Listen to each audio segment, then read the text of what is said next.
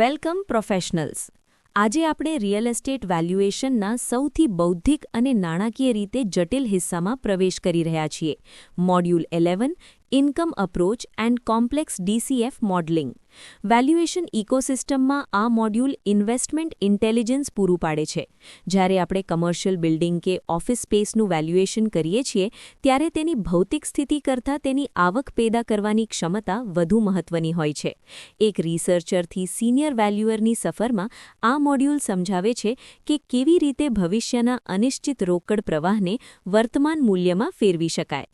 Mind મેપના central node income approach complex DCF મોડલિંગથી જોડાયેલી પહેલી મહત્વની બ્રાન્ચ છે કેશ ફ્લો ફોરકાસ્ટિંગ.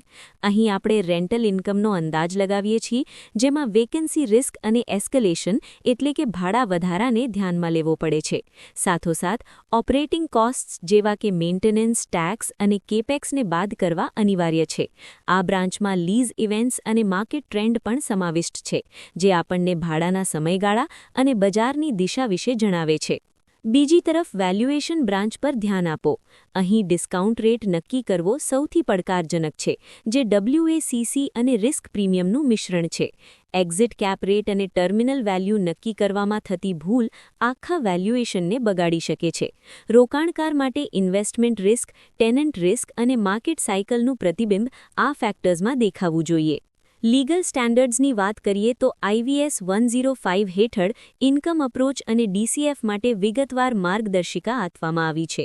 IFRS અથવા IND AS મુજબ ફાઇનાન્શિયલ રિપોર્ટિંગમાં ફેર વેલ્યુ માપવા માટે DCF એ ગોલ્ડ સ્ટેન્ડર્ડ છે.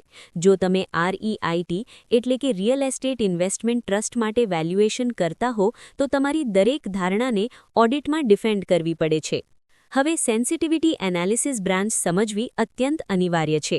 આપણે સ્ટ્રેસ ટેસ્ટિંગ કરવું જોઈએ કે જો ભાડુઆત પ્રોપર્ટી ખાલી કરી દે તો વેલ્યુ પર કેટલી અસર પડશે.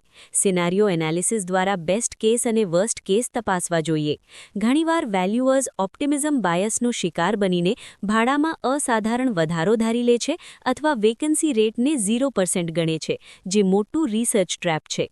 પ્રોફેશનલ જજમેન્ટના કિસ્સામાં MNC લીઝના પ્રેક્ટિકલ સિનારીઓમાં જોયું તેમ માત્ર MNC રહેશે તેવી ધારણા કરવાને બદલે ટેનન્ટ ડિફોલ્ટ રિસ્ક અને લીઝ પૂરી થયા પછીના ફિટઆઉટ પીરિયડને ધ્યાનમાં લેવા જોઈએ. રેડ ફ્લેગ્સ જેવા કે અનરિયલિસ્ટિક રેન્ટલ ગ્રોથ અને ઇનકરેક્ટ ડિસ્કાઉન્ટ રેટથી હંમેશા બચવું જોઈએ. ગ્રોથ રેટ અને ડિસ્કાઉન્ટ રેટ બંનેમાં ફુગાવાને 2 વાર ગણવું એટલે કે ડબલ કાઉન્ટિંગ એ ગંભીર ભૂલ છે.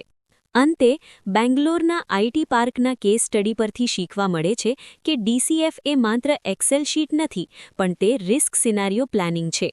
બ્રેક ક્લોઝના જોખમને પ્રોબેબિલિટી વેટેડ કેશ ફ્લો દ્વારા ગણવું એ જ સિનિયર વેલ્યુઅરની નિશાની છે.